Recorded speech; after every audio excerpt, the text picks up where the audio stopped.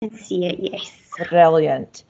Okay, so before we start the webinar, can we just make sure that everyone has turned off their webcam and muted their microphone? If you hover your mouse towards the bottom of the screen, the toolbar will appear, and this is where you can mute your microphone and your web camera. You'll know it's muted because there'll be a diagonal line through each icon. Towards the right-hand side of the menu bar, you'll also see a speech bubble, and that's the chat facility. When you click on it, the chat will appear on the right-hand side, and this is where you can ask any question, and we will stop the webinar to answer the questions as we go along. Alternatively, you could save your questions till the end where we've got some time to do a little Q&A. Now, my name's Susan Say, and I'm joined by my colleague Eva Wilkinson, and we are Digital Skills Development Officers with Education Scotland. So this webinar is getting started with Glow. So it is an absolute introductory session for the tools within Glow. So if you're new to Glow, this will absolutely suit your needs and requirements. If you have been using Glow for a while, then apologies if we are going over things that you may already know. So we've only got an hour. So what we're going to do for the next hour is look at the tools within the Glow environment. Now, one of the main advantages with using Glow is that we can access these digital tools anywhere we have an internet connection on any device.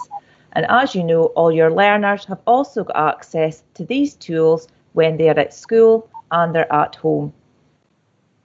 Items covered today. Eva's going to look at the RM Unify Launchpads and how you can add your own apps and how you can reorganize them and create your own apps. Eva's then going to go into OneDrive and look at the tools within OneDrive and the benefits behind that.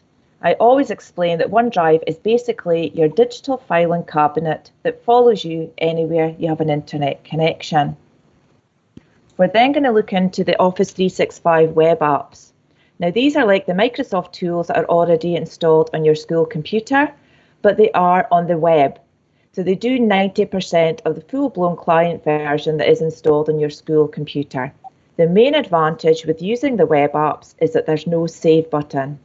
There's no save button because when you're creating resources within Glow using Office 365, everything saves automatically as you are typing and creating. So for yourselves and your learners, that's a huge benefit. We're going to look at how you can share these resources with colleagues and how you can collaborate on documents, for example, lesson planning. Eva's then going to dip into Immersive Reader and look at the accessibility tools that are available for all learners and all practitioners within Office 365.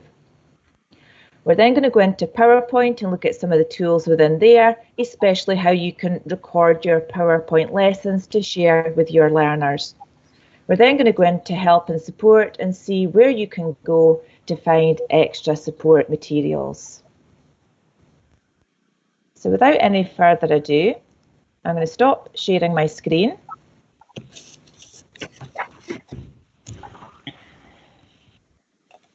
And I'm going to let Eva take over.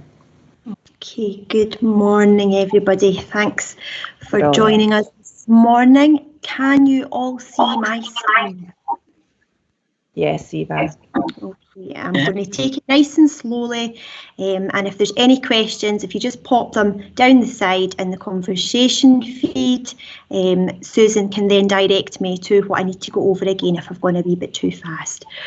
So this is the Glow sign-in page. So when you do a search for Glow RM Unify, you should see this page. And once you've popped in your Glow credentials and hit sign in, you should then come to your Glow Launchpad.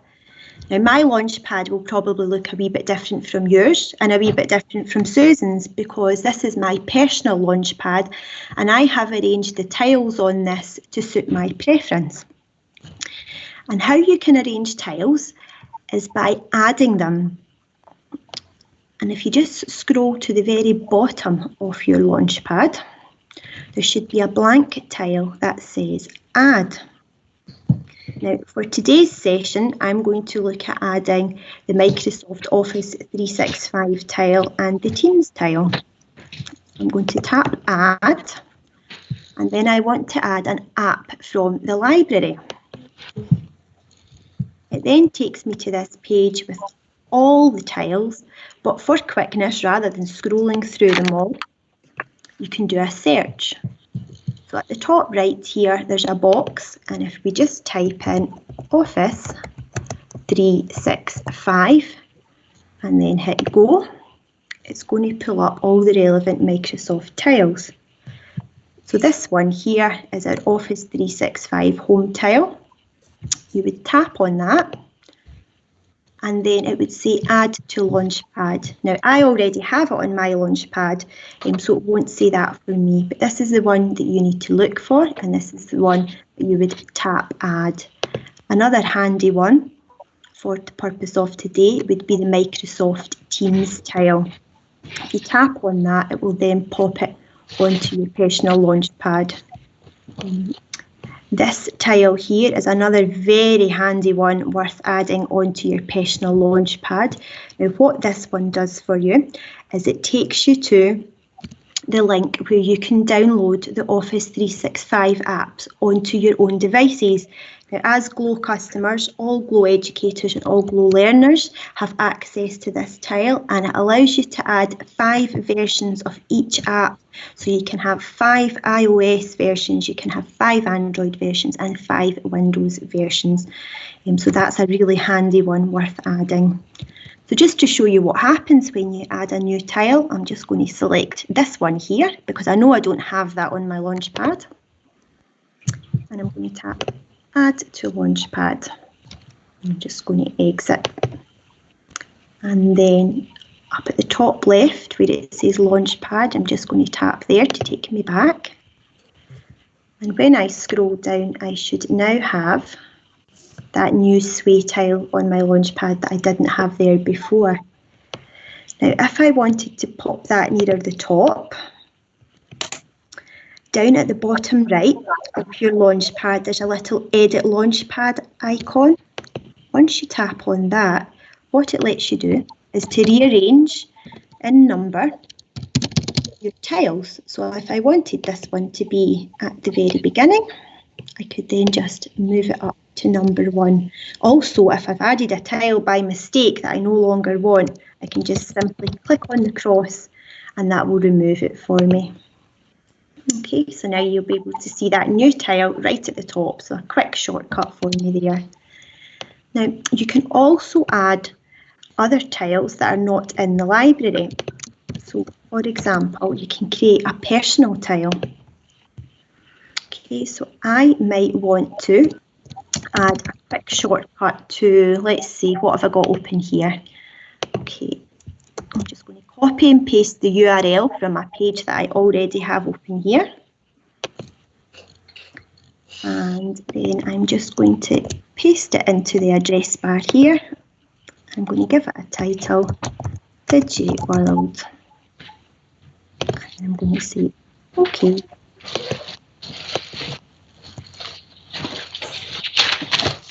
As well.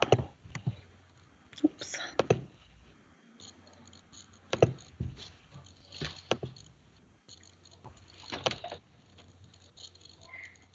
And there we go. Now I have a little shortcut here on my desktop. It automatically pulled the image from the website, but if I wanted, I could have uploaded another image from my computer that I wanted to use. So really handy if you have sites that you use regularly and you would like to access them all in the one place when you log in to GLOW. Okay, so that's our Launchpad. I'm now going to go into the Office 365 tile. I'm just going to click on it.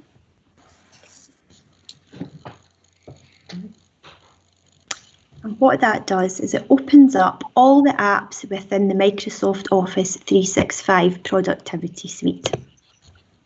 So you can see there we've got Outlook for email, we've got our OneDrive, so that's our digital on-the-go filing cabinet, and then we have Word, Excel, PowerPoint and so on in there. It's also a really handy space to pull up documents that you've been working on recently. So you'll be able to see there all my recent documents are underneath, and that's saved me having to go in looking for them anywhere else. At the top left-hand corner here, next to the Office 365 text, you'll see there is 9 little dots. That's the Office 365 app launcher, or the waffle as some like to call it. And when you tap on that, that just gives you a shortcut to all of the apps as well. So for example, if you were in OneDrive, but you wanted to go somewhere else within Office 365, instead of hitting the back button, you can then just hover over and tap on the app launcher. Let's give it a wee second, it's just loading there. There you are, and that will pull up all the apps. Okay, I'm hearing a little bit of an echo there now when I'm speaking. So apologies if anyone else can hear that too. How's the sound, Susan? Very echoey. So might we want to do a microphone thing again, Eva? Yeah.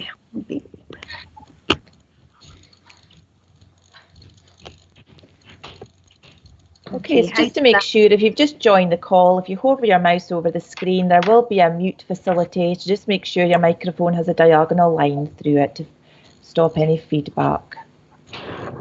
Okay, I've taken out my earphones and I've muted and unmuted. Sometimes that makes all the difference. So is that a bit better? Perfect, absolutely perfect. Super. Okay, so in OneDrive, which is our on-the-go follow you filing cabinet, we have all the folders that I've created in here. You might not have that if you're new to OneDrive, so don't worry if yours looks blank. And sometimes the very first time you click on OneDrive for the very first time, it can take a wee while to load as well. So don't worry if you see some messages there saying that you can't get into it straight away. So in OneDrive, I have, these are all my files, but I also have files that other people have shared with me. Down the left here, I have some options where I can find my files or my very most recent files, and then the shared files. And we're going to look at this in a little second about how we can share files. So in the shared files, I have files that I have shared and files that have been shared with me. So in the shared with me column here, I have lots of files. I do need to do a bit of a tidy up in my OneDrive, so apologies, it's not the best example. And then the shared by me files. So this is just a really quick way for you to find files that perhaps you didn't create, but you know someone sent to you and you can't remember where they are if you go into your shared files. So I'm just going to go back to my files here and I'm going to show you how you can add a new file. So at the top here we have a plus that says new. In here you can create a new folder, a Word document, an Excel workbook, a PowerPoint presentation, OneNote notebook, a forms for Excel, or a link. You can also upload existing files. So if you have files on your desktop, your device, or on a memory stick perhaps, and you want to start working on them through OneDrive, you can upload either single files from your device, or if you are using Edge browser, Chrome or Safari, you'll be able to upload whole folders. So you can take a whole folder of files and upload it that way. And what that will do for you is it will allow you then to be able to work on it online. So perhaps before you would maybe have, let's say, I've seen a lot of early years practitioners join our meetings, so perhaps you all had planning documents to work on.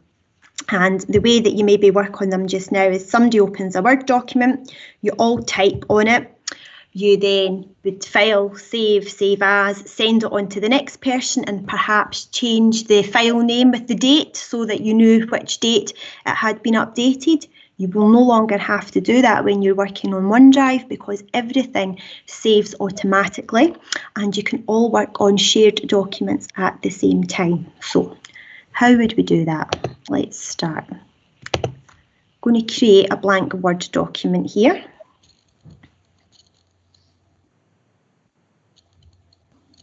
It'll just take a wee minute to load.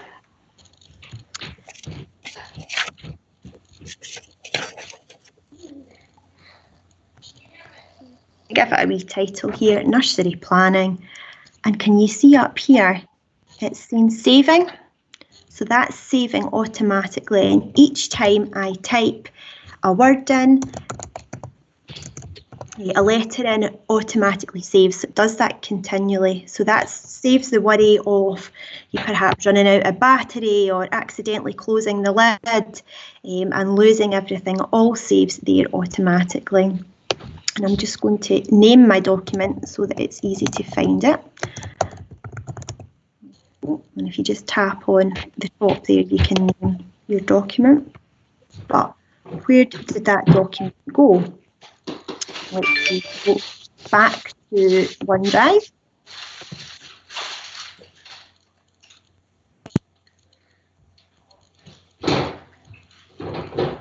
Give a wee second to load.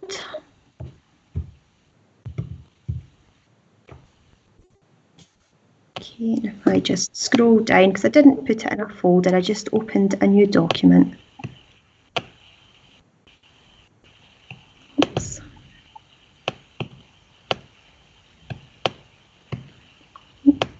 Just give it a wee second to catch up. It's a wee bit jammy there. There, can you see?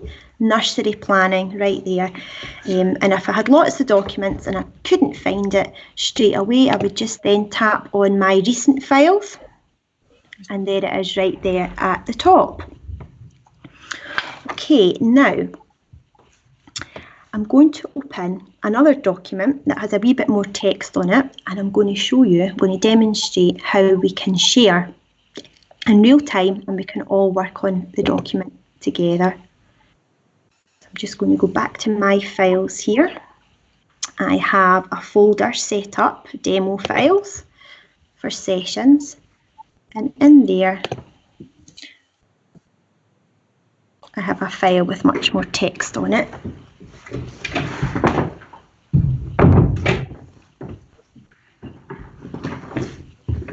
Okay, can you all see that file? Has that loaded up okay? It should say Higher English Text, and then it has some text on it and a little icon. Okay. Perfect. Okay. So how am I going to get this to somebody else? How am I going to share it? At the top right here, there's a little share icon. Okay, so let's just say this is a planning document for Susan and I. We obviously don't live anywhere near each other. I don't know how many hundreds of miles apart, Susan, but we're quite far apart. But we need to work on this document together. So I'm going to share it with Susan by hitting the share button. And then I'm going to look for Susan through her Glow account. There she is. And we're going to come back to the sharing options shortly. There's many more options for sharing, but for now I'm just going to share it with Susan, and I want her to be able to edit it. Eva, can I jump in for 1 second? Of course you can. Mrs. Wood has just asked a question about saving. We don't actually need to click any button, Mrs. Wood, because we're working online through Glow. Everything Eva's doing is being saved automatically as she is creating this document. And to make sure that's working, when you see the title of your Word document along the top, if you've got a slow internet, it'll say saving. So you just give it a second and then it'll change to saved, and that means you can close that document with reassurance it's saved directly into your OneDrive. Thanks, Eva. No problem. Okay, so I'm just going to send this document to Susan. And just in a second or two, Susan should get an email to say that Eva has shared a document with her. That will then go into Susan's shared files in her OneDrive. So in the shared with me section, the document I've sent Susan should now appear. Okay, and then when Susan opens the document, she can then start typing into this document in real time along with me. So I know that Susan's in the document because here I can see her icon, a little picture of Susan and her initials, and I can also see her typing in real time. So here I have the cursor that's flashing, and if I hover over it, it'll tell me that Susan is in the document. So we can both work there together at the same time. Okay, thank you, Susan. Now, another fantastic tool that's built into our Microsoft Office 365 products is the accessibility tool Immersive Reader. You may have seen this already on the form when you filled it out, but let's go in and have a wee look. What is Immersive Reader? So to find this accessibility tool, I need to go along the toolbars to View, tap on View, and then I'm going to tap here on this icon that says Immersive Reader.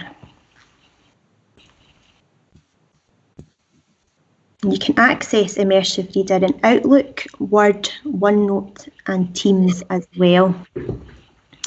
Okay, so you'll see here the screen has changed slightly. It's taken away all those options, all those distractions round about, and it's made the text a lot plainer, a lot simpler and a lot easier to read. And there's a few different options in Immersive Reader, and they've been added to all the time. It's ever evolving. So under the text preferences option, I can change the text size. So perhaps I needed to make it a wee bit bigger, just to make it easier for me to read. There's also the option to increase the spacing. Again, just making it a wee bit easier for me to read. You know, if I want to look at finger spacing in between the words, or if I just find it easier when the words are all spaced out a wee bit more evenly. You can also change the fonts, depending on your learners' preferences and what fonts make it a bit easier for them to read the text. I always have mine on Comic Sans, but I think that's just from years of working in a nursery and always using that font. That seems to be my preference. You can also change the background colours as well. So again, depending on learners' preference, what background colour works better for them. And if we just move over here to the grammar options, in here we have many different options. We can tap on the syllables option, and what that will do is break up your words into syllables. So perhaps if you wanted to, you know, tap out the words, you can do that. We also have parts of speech that you can highlight. So for example, if we wanted to just look for all the nouns in a piece of text, we can have all the nouns selected. Same with verbs, adjectives, adverbs, etc. And then my favourite option is over here in the reading preferences. We've got line focus. So if you want to, again, take away even more distraction and only have the text appearing for the line you're focusing on, you can do that. Okay, you can decide whether you want 1, 2 or 3 lines of text. Okay, I'm just going to take that off just now. But here, this is my most favourite option at all, is the picture dictionary. And if you're used to using BoardMaker or BoardMaker symbols for you learners with additional support needs, you might recognise some of these symbols. So what this does for you is it gives you a symbol for some of the words. Now, not every word has a symbol, but most do. So if you can see there, I've tapped on the word text. It's given me a little picture icon, and it also gives me an audio. Okay, so tapped on the word great, and I've got a couple of symbols there which symbolise great. And then again for work. And did anyone spot the translate option there as well? So we can have the words read out to us in English, but it might not be English that we're looking for. So we might have a learner in our school or class that has English as a second language, and this will help to translate the words. Okay, so I've got it on translate by word to Polish. So we've got the audio in English and then the audio in Polish. And if we want, we can translate the whole document into Polish. Okay, and then we can have that read out to us as well.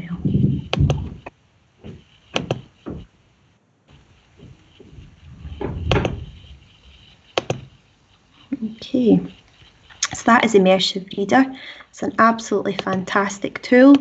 If you've not had a play about with it and not used it, I would advise you to get into one of the documents and start having a little play about with it today. There's so many options in there that can help your learners. And just toggling here at the top, just before I forget, is where you can change back to the original or the language that you're translating in one go there as well. Okay, so I'm just going to come back out of the accessibility tool. Eva, could you just demonstrate how you get into Immersive Reader again, just once more? So on our Word document here, along the top, we have our menu options. So we've got File, Home, Insert, Layout, References, Review, and View. To find Immersive Reader, you need to go into View, and then it's just the second option there, Immersive Reader. Okay, now it's retained all the options that I selected the last time, so yours might look a wee bit different, and you would just, if you wanted to take it right back to the beginning, you just uncheck all the options that you previously asked for. Okay, so that there is Immersive Reader. Could you also show where the dictate tool is, please, Eva? That was a question that popped up. Absolutely.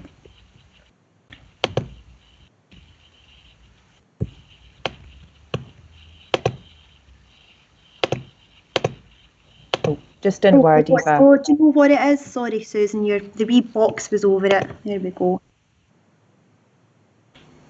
Oh, sorry, that's read aloud. Sorry, my apologies. Just dictate in Word. Dictate. Just a home one, Eva, please. There we are. Takes me a wee minute sometimes to remember where everything is. So the dictate option on Microsoft Word, menu toolbar along the top, we've got File, we've got Home, and then in Home, just along at the right hand side, we have the option to dictate. So I'm just going to pop my cursor at the beginning here, and I'm going to start. So my name is Eva, and this is a demo of the dictate tool that's built into Microsoft Word. Now that's really impressive, because there's all these people on the internet at the same time, and it does require quite good bandwidth to make that work. So that's really impressive that it picked up your words there, Eva.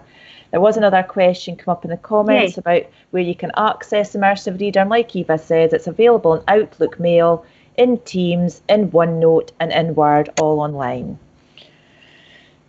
There's another question as well. So if there was 22 pupils and they wanted to work in twos, editing documents, how would they do that? So I'm sure you'd agree with me, Eva, that I would probably get the kids to work in twos. So you'd have 11 pairs. One child A would create the document, share it with child B, and that's how they could collaborate on their document without everybody else collaborating on the same document. Yes, absolutely, could do. And yesterday when Jenny and Susan were doing this webinar, they used the same document. Jenny sent it to me yesterday, and then I saved a copy of this document in my OneDrive as well. So I've got the shared document that Jenny sent originally that had Susan and Jenny typing on it, but I also saved a copy of this document in my OneDrive as well. So that was my own copy that nobody else was able to edit. So that's another way that you could do that. If you just wanted to send out the one document to everybody, you could then ask them to save a copy as well. Okay, so are we okay to go on now to the further sharing option? Have we got any more questions? I think we're up to date with questions. Great, okay. So back up here to the sharing option. I'm just going to open up further options. So last time I just kept it on this option, people you specify can edit, and I've done a search for Susan. But if I just click on the sharing option here, you can see it can bring up more options. So we can have anyone with the link, people in Glow Scotland with the link, or people with existing access. Now, if you were sending this document to anyone, so that's people out with Glow, you might want to think about what you want them to do with the document. So you can see here, they won't be able to edit it if it's out with Glow. but you can also block the download option as well, so that would prevent them from saving a copy of that document, and it would only be the online document. I think the people within Glow, where you can allow editing and allow downloading or disallow, and the specific people are probably the best options to use. Would you agree, Susan? Yep, absolutely. Yeah. Unless you're creating help guides, I put all my help guides online so anyone with a link can access them without having to log into Glow. Great, okay. Okay, so I'm just going to go back here to the specific people, allow editing and apply. And what I can do there is I can type in either individual email addresses, or I can do a few separated with a comma. Or I could also, if I had a class group email or a staff group email, I could put the group email in and send it that way as well. Now, back in my OneDrive, on this document I was working on earlier on, if we just go to recent. Good. If I go here to the three little dots, just so if you're just along the side of the Word document, you can see three little dots that says Show Actions. If I click on that, okay, and then I go to Details, that's going to tell me then who I've shared that document with. Oops, that's the wrong document, sorry. I should be on, what did we call it again? Was it nursery planning, wasn't it? Yeah. Yeah. Shared by me.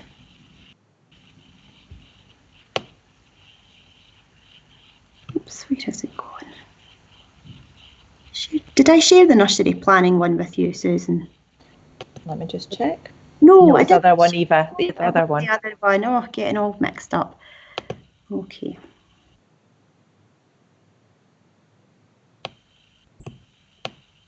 So you can see why you need to tidy up your OneDrive for this, can't you? Okay. It was in my demo. That's where it was. There we go, demo files. Okay, so here is the document that I shared with Susan, and if I just scroll along, I know that that's the one because it says shared there, and if I click on my three dots there and I just go to Details, okay, I can see who has access to this document. So over on the right here, it's telling me that Susan has access to this document. And it's giving me a little preview there of what the document is. But if I just tap on the Manage Access, I can then stop sharing. So I may have sent out a document, then I've realised it's the wrong document. And instead of emailing everybody or contacting everyone saying, please don't use that document, I can then immediately here stop sharing that document. I can also then go in and select the people that I've shared it with, and I can stop sharing it with them as well. So I could stop the access, I could go in and edit the document, and then I could grant the access, reshare it again. So that's just a wee handy pointer for if you have shared a document and then you've realised that it was perhaps the wrong document or you need to make some changes to it. I think it works particularly well, Eva, if you're working on a school policy, or acceptable use policy, for example. You're sharing it with colleagues, they're all adding their bits, but there does come a point where you say that's the final document, stop sharing, and then that's it published. That's it. Yeah, good point, Susan. Great. So do we have any more questions about OneDrive? Or we're up to date so far with the questions. Okay, well, I'm now I'll stop sharing. Eva, yes. While you're on this page as well, could you pop into version history? Yes, sure can. Okay, so I'm just going to move my wee box out the way. So three dots again. Okay, and then just scroll down, the one above Details, version history. Okay, so perhaps you've shared a document with lots of your staff or some of your pupils, and there was a really important paragraph that you had popped in, but it's vanished, it's been deleted by accident, and you really need that paragraph back. And you know it was there yesterday when you were last in the document. So in the version history here, let's say we go back to the document as it was yesterday, and we'll just restore it back to that version. Okay, so although it saves automatically, you can still go back to previous versions if things have accidentally been deleted or lost. Okay. Okay, are we ready to go on to PowerPoint now? Have we got any more questions? Okay, so I'm in my OneDrive just now, and that's exactly where Eva's been working. We all have 1 terabyte of storage in there, so if you do have lots of big files like smart notebook files, videos, photographs, then save having them on your hard drive in school. It's absolutely ideal to have them stored in OneDrive where we've got lots of space. So I'm going to pop into Add New. You can add new folders or documents as Eva has just described. Some schools ask their pupils to pop into their own OneDrive, create a folder and share that folder with their teacher. And then the teacher would go into Shared and find all their pupils' folders in Shared with Me. So that means if the pupils want to share any files with their teacher, as long as they pop it into that folder, which they just have to share once, the teacher can then find all their documents in that folder easily. That's just a nice way of getting started using the tools within Glow. Once you and your students are comfortable using that solution, then it might be an idea to move over to Teams or Google Classroom. But it's a nice way to get started. I'm going to pop into Add New and select PowerPoint Presentation. Now this opens up the PowerPoint web app. So Eva was just working in the Word web app. I'm going to rename my document. And I'll give my document a name. Okay, so now I want to add a picture to my document. So I'm going to pop into Insert, and when I select Pictures, I have a few options from my drop-down menu. I can select a picture that I already have saved in my OneDrive. I can upload a picture from my device if I've saved it from somewhere online, and I can also browse Bing. So when I open up Bing, this opens up Bing Online Pictures. I've got some categories in here that I can choose from, or I can type into the top. So I'm going to type in Egypt because that's what my presentation is about. And by default, you can see Creative Commons has already been ticked. So now I'm comfortable that all these pictures are copyright free for me to use in my presentation, which then can be used online in Glow or possibly on your school website or via social media. So I'm going to select this picture and then insert on the right hand side. You will see automatically down the right hand side there's built-in machine learning in PowerPoint Online. So these are the designer ideas. So now we can all have professional looking PowerPoint presentations with ease. And this allows your pupils to create presentations using copyright-free material, but also having a very professional look and feel, which allows them to concentrate on the content rather than how it looks. We all know if we asked our students to find 3 copyright-free pictures from online and create a professional-looking presentation, that would take a significant amount of time. Now with these kind of tools, it's much easier. So I'll select this one here. I'm now going to add a new slide. Just going to add a blank slide because I'd like to add a slide with a few pictures. So I'm going to go through the same process again. Picture, Bing. This time I'm going to look for a picture of a pharaoh. Select this one here, insert. And again, spot down the right hand side, the designers helped me along the way. I'm going to add another picture. We'll go for another pharaoh.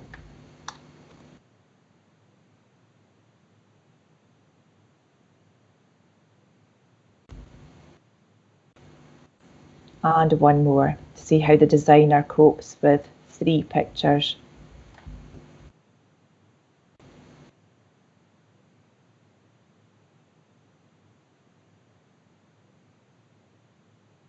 This one here. So you can see on the right hand side, automatically I'm getting a very professional looking presentation with all these designer ideas appearing.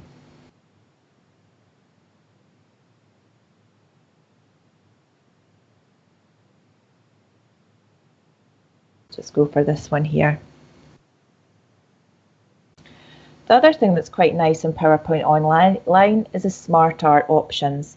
And you can see there's lots of flowcharts and circle diagrams in here that your students can use.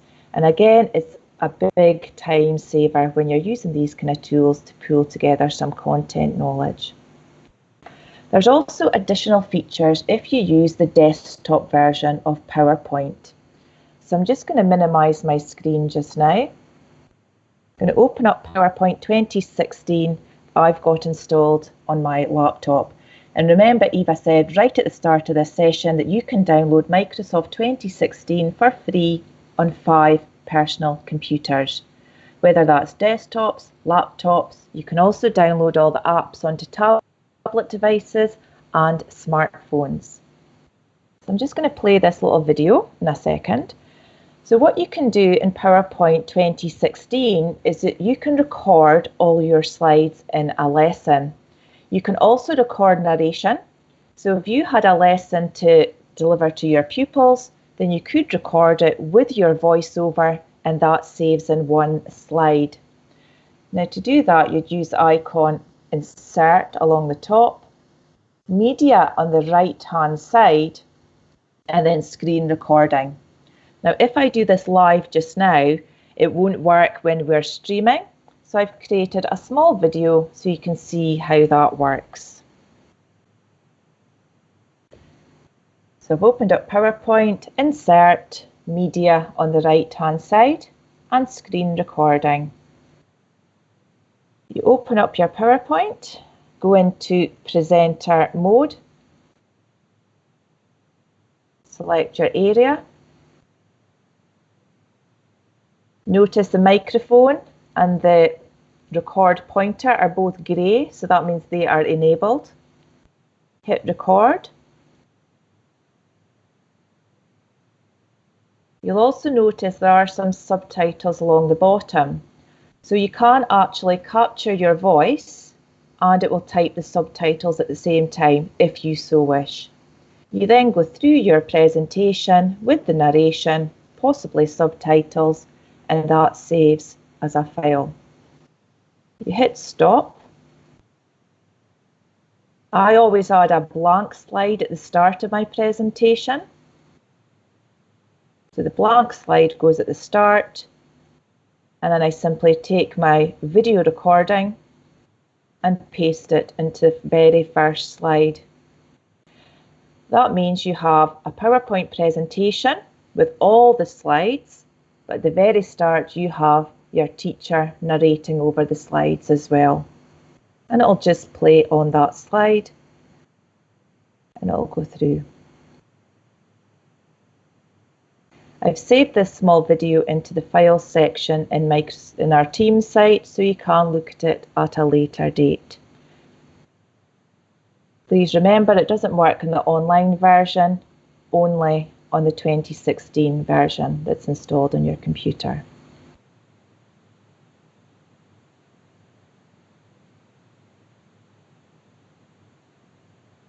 So the next thing we're going to look at is a PowerPoint Quick Starter. So I'm just going to close this just now. So when you're in PowerPoint 2016 and you go up to File at the top left-hand navigation, you then select New. From here, you can see all the various templates that you can choose from, but the very first one is called the Quick Starter. Now, Quick Starter is ideal for those students that struggle with a blank template. You can type in any subject along the top. I'm just going to choose Amelia Earhart because that's one of the suggested topics. And then I can select which areas I would like to cover in my presentation. So I'm just going to untick a few of these.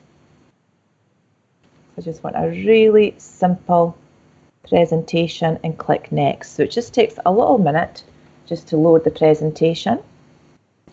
I need to choose a style, so I'll just go for the first one. I'm happy with that, and create.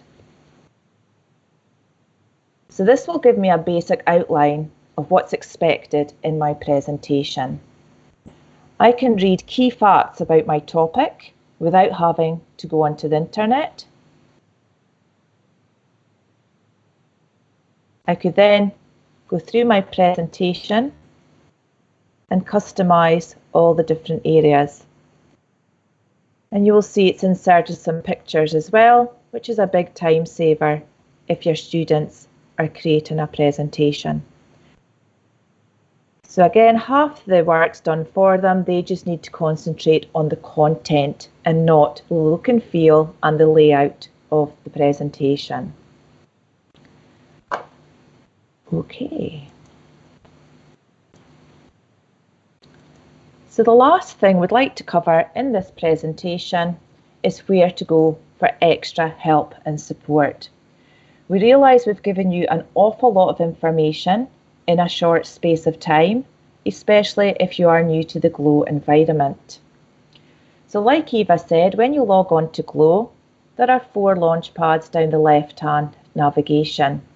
Now the very last one with the flag, that's the Scottish launch pad, and everybody in Scotland will see the same apps and tiles. Along the top we have Glow Help. We also have Glow Connect. Now Glow Connect is a blog and it's got latest information, updates, help guides, links, resources for all the tools within the Glow environment. It's also got a list of your local authority Glow key contact, which is a really useful person to know. Now the students are using more online tools, it's really important that they understand that there's a report a concern button on the launch pad. If your pupils are using tools within the Glow environment and they come across something that makes them feel upset, then it's really important that they know that they can report that concern via the Scottish launch pad and this red tile here. That concern will then be sent to the local authority Glow key contact to deal with. We've also got the Glow National Professional Learning Communities. I have got it open along the top. There. This is a relatively updated space with all our curricular areas. So you'll see there's a new tile for National Early Learning and Childcare, DYW, Moderation Cycle and the Scottish Attainment Challenge. We've also got links for all our curricular areas. If you want to find out the latest information and updates linked to any of these areas, this is where you'll find it. We've also got non-curricular areas, for example, a brand new space for our school libraries, Learning for Sustainability and STEM, and a news feed with the latest information along the bottom. When you go back to your Launchpad, there's also the Microsoft Educator community. No longer are local authorities having to create lots of tutorials and handouts and guides for the tools within the Glow environment. Primarily, this is because we are using an evergreen environment, which means it updates and changes all the time. The tools we are using in the Glow environment are industry standard tools, which means we are always up to date with the latest developments within Office 365 and G Suite for Education. So if you want to find out more about OneDrive or OneNote or Microsoft Teams, for example, you would click on the Microsoft Educator community. From there, you can create your own profile. I set up my profile using my Glow email address because it was all linked to my work. However, it's up to you what email address you use. You then are asked whether to make your profile public or private. If you make it public, then you can connect with educators all over the globe. For example, you might want to participate in a Skype in the Classroom session with your pupils. There's activities on Skype in the Classroom, which include, for example, guessing which country you are Skyping. So the pupils would have to ask yes/no questions. For example, are you close to the equator, to find out what country they are Skyping, which is really quite exciting and engaging for young people. You can also invite professionals. For example, you can invite an author into your classroom or a marine biologist, all through Skype in the Classroom. When you participate in any of the courses within this environment, it might take you half an hour, or you could participate in a learning path, which is a series of different sessions. You will then get a digital certificate and also a digital badge, which is excellent for your own professional development. Similar, we've got the Google for Education Training Centre. So if you do want to find out more about the tools within the Google environment, there's lots of videos and tutorials within this tile here. Okay, and the last one I wanted to talk about was the brand new, revamped Digital Learning DigiLearn Scott website. So DigiLearn Scott website, we do have a link on the team site, which you will see in a second, but it's been revamped and we've got our menu along the top. We've also added a brand new page for all the webinars that are coming up. You'll see that lots of them are full. We will be putting out an evaluation at the end of the session, and based on your feedback will help us to decide whether or not we will run more webinar sessions. If we decide to run some more, this is the place where you will find them. DigiLearn Scott website, webinars along the top. We've also got supporting online learning for practitioners and a page for each of the curricular areas. So for example, if I want to go into technologies, I've got a link for the professional learning community here, but I also have a link for some Wakelets. Wakelet is basically a tool that collates lots of links to resources, videos, tutorials, help guides, etc., all in the one-stop shop. So if you wanted to find out more about computing science, you can scroll along and see how it's categorised together. So if you wanted to focus on computing science for younger learners, you'd click on this icon here.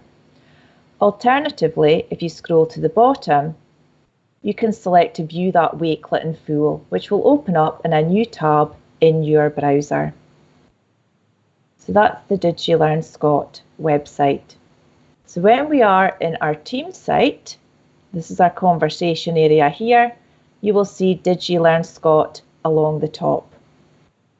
We've also got another one for Glow Connect at the top right hand side.